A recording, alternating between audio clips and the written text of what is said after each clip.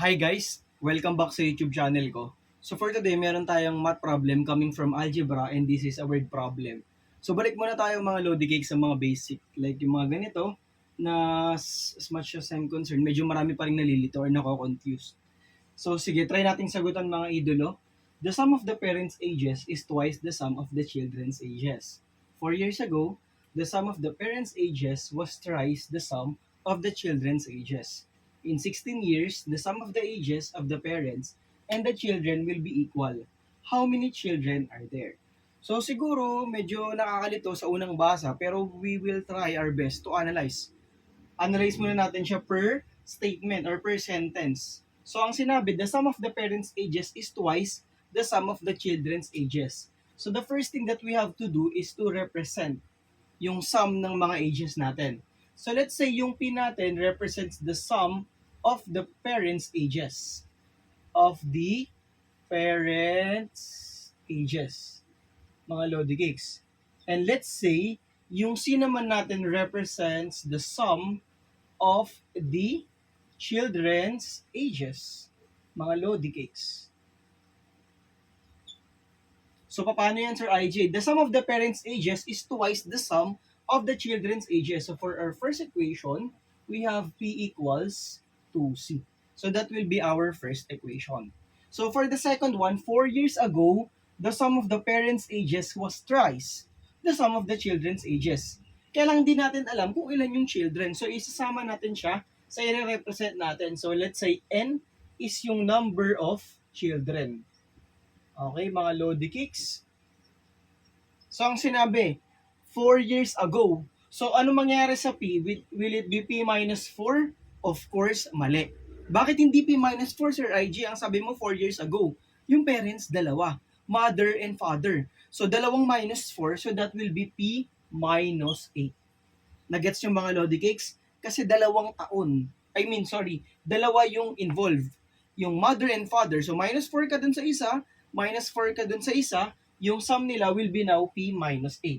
Equals thrice the sum of the children's ages. So, that will be 3 multiplied by C minus, di ba ilan yung ano natin? 4 years ago. So, every children counts for a minus 4 years. So, that will be minus 4N. So, I hope klaro to mga Lodi Cakes. Sa yung 8, dalawa kasi. Yung 4N, 4 years per every children. Kaya 4N siya, mga Lodi Cakes. From the original sum na C, you will subtract 4N 4 years ago, mga Lodi Cakes, right? So, kapag equation number 2 natin to. So, normally guys, kapag mapapansin nyo, we have 3 different unknowns. We have P, we have C, and we have N. So, para ma-solve natin yan, kailangan pa natin ng isang equation because the number of unknowns must be equal to the number of equations. Pag hindi na nag-equal yun, that is what we know as the Diophantine equation. Pero for this case, okay naman siya. 3 by 3 naman. In 16 years, so we are referring to the future, so that will be P plus 16 ba mga Lodi Cakes? Hindi, Sir IJ, that is 32.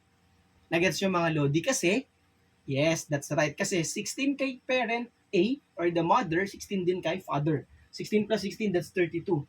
The sum of the parents' ages and the children will be equal, so that will be C plus 16N. Kasi 16 years for every children. So anong gagawin natin dyan, Lodi Cakes? From our first equation, we can substitute it sa second equation. So from 1, ilagay natin sa 2, Sir IJ. So we have 2C minus 8 equals 3C minus 12N. Kapag sinimplify natin to, 3C minus 2C, that is C minus 12N equals negative 8. Okay? How about the first? Substitute natin sa ating third equation. So that will be 2C plus 32 gives us C plus 16N. And if we will simplify 2C minus C, that is C. 16N kapag nilipat sa kabila, that will be negative 16N equals negative 32 kasi yung 32 nasa kaliwa. Lipat natin sa kanan. Ano ba sinusolve natin, Sir IJ? Yung value ni N. Ilan ba yung children? So, ang gagawin lang natin, syempre, common na yung C, subtract the two equations, negative 12 minus negative 16. So, that is 4N equals negative 8 minus negative 32. That is 24. Therefore, 24 divided by 4, the number of children in this board problem or possible board problem is 6. So, ang tamang sagot mga Lodi Cakes ay 6 children.